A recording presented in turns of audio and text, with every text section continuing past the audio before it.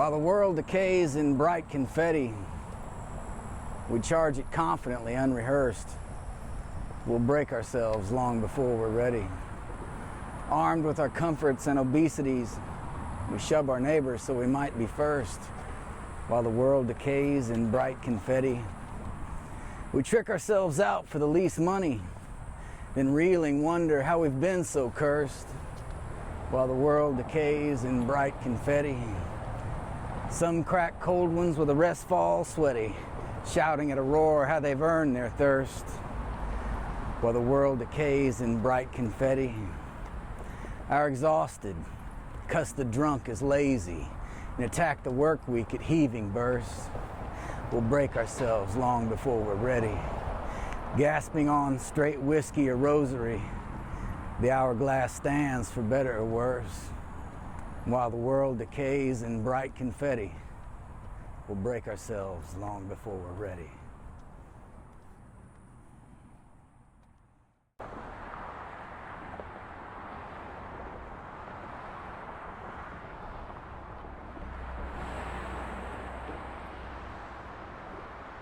They call me white trash. Any other day I'd have laughed, but today I didn't. They're Hispanic and own 2 cars and a boat and a 3-story house on the canal. Now I understand why their daughter was told to get rid of me when I came to visit. That's what you do with trash. They laugh at people who live in trailers. My best friend lives in a trailer. I live in a couple myself. I don't have the best clothes. I don't have good manners. I used to couldn't afford 2 meals a day. But I served in the U.S. Army, worked my way through college, and I believe in being thankful for what you got, even if other folks are laughing at the best you can do. So if I'm white trash, man, I come by it honest.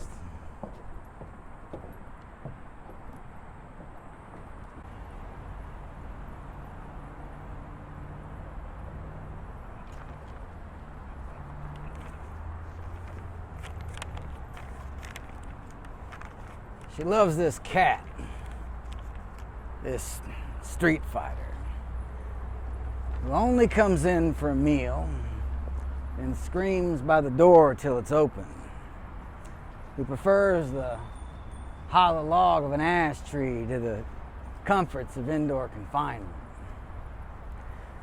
who never comes when called, nor leaves if he has chosen to stay, who can be incredibly grouchy and just as sweet. She pours the dust of his catnip to the corrugation of a little scratching pad which he destroys with the most shameless ecstasy. Then she brings me a beer, and I ask her why she loves this trollish little cat so much.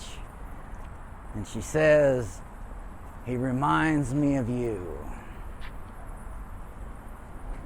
Remember when the church bell broke? It hung like a hymn in an angel's throat. That winter's dawn played off icicles like sitar notes, while the engine hummed its deep bass drone. With no radio to pass the miles, we had conversations you never heard. The cold air had made you tired. You reclined, bobbling in sleep, half curled beneath a U-Haul blanket, while the hawks watched from the tallest, thinnest branch of the ice mummy trees, reflecting on the geometry of their latest trophy catch, and the cattle watched, huddled under lone pasture oaks, thinking jack shit as we sped by, dreaming of distant beauty and the answers to all mysteries, knowing we'd never know them, hoping only to know them better. When it came to love, you thought I was like a cow, thinking jack shit because I said so. With each passing mile, I thought about how we went together like sunshine and sunburns, fishing and earthworms, disco and heel turns, gallbladders and folk cures, the old western butter churns, 70s and home perms, ashes and urns, You always worried I'd leave. But you got hips like a dashboard dolly, can hold your liquor and make me happy. You say I'm like a spider, lost in my zen alone, rarely if ever seen by another's eyes. But I get hypnotized by the settling dust, settling house, the accumulating rust and the tracks of the mouse. You help me remember not to live in a snarl. Just because trouble finds me, it don't always mean I bring it on myself. But I can still throw a knife or a hatchet with hair-splitting accuracy, just in case I need the help, because the gargoyles in my growl often fail. In life's summer shine goes winter tarnish and the mile markers call. And it's time to go. But I'll no more ride alone. I'm bringing you with me.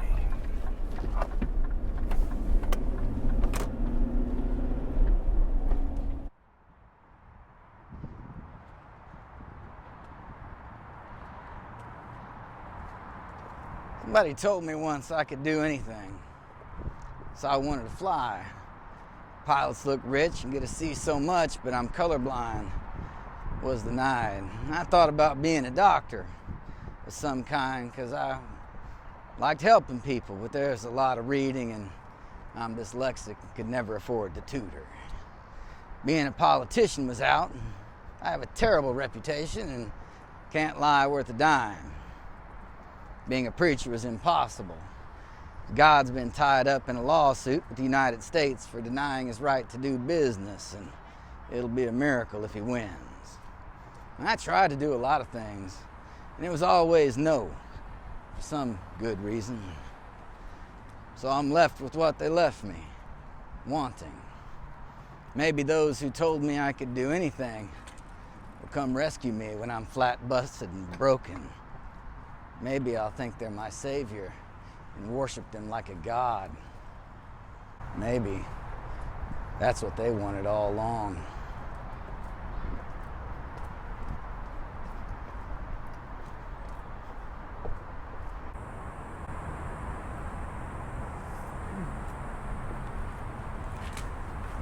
I used to think abortion was an answer, till one night, over a prepackaged scampi and cocktail sauce, the second ex-fiancée told her pain hooped her like a crawfish in a blood-smeared bathtub. Blood everywhere. A secret suspected pregnancy confirmed when she produced a fetus no bigger than a shrimp. Weeping, heart burst, she cradled my son, my daughter, dropped it in the water colored with urine and blood, and flushed it like a cockroach.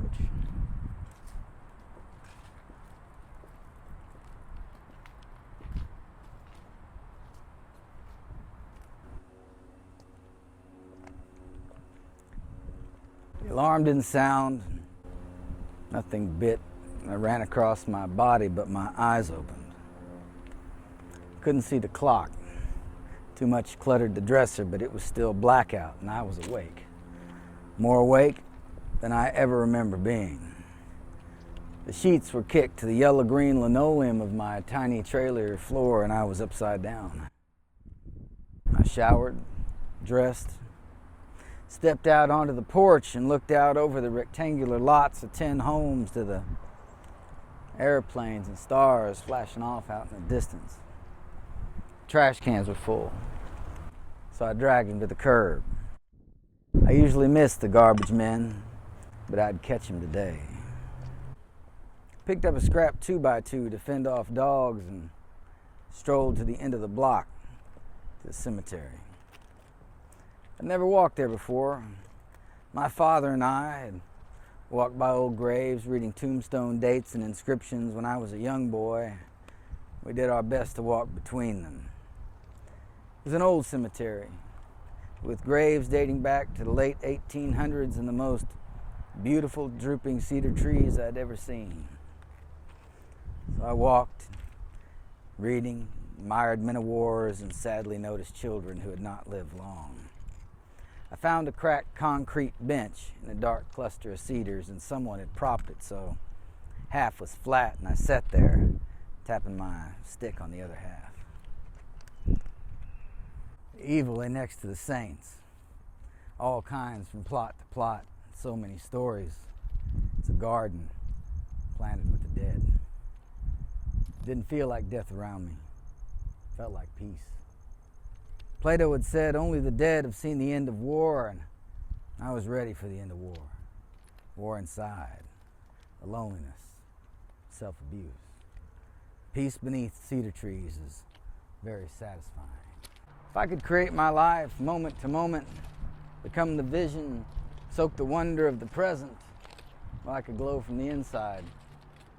Laughter would no longer be sedative, but wild dances from a happy soul. Sparrows sang in the branches above. And when I looked to see, there was the sun, boiling and exploding at the center of our solar system. I felt clean among the dead. When I stood to leave, something ran into the underbrush and disappeared. The devil, maybe? Or an angel who had seen me through. Took up my walking staff, continued to read stones, dust and grass and leaves, until I found one that said, God bless him, our amazing grace. I don't know why, but I started to sing to save a wretch like me. And I was a wretch. Barely a roof and food to keep me hungry. Someday, I told myself, life will be more than leftovers. I dropped my head so no one else could see, and I wept, walking back past the 10 lots, back into the trailer park, singing softly to myself as I went.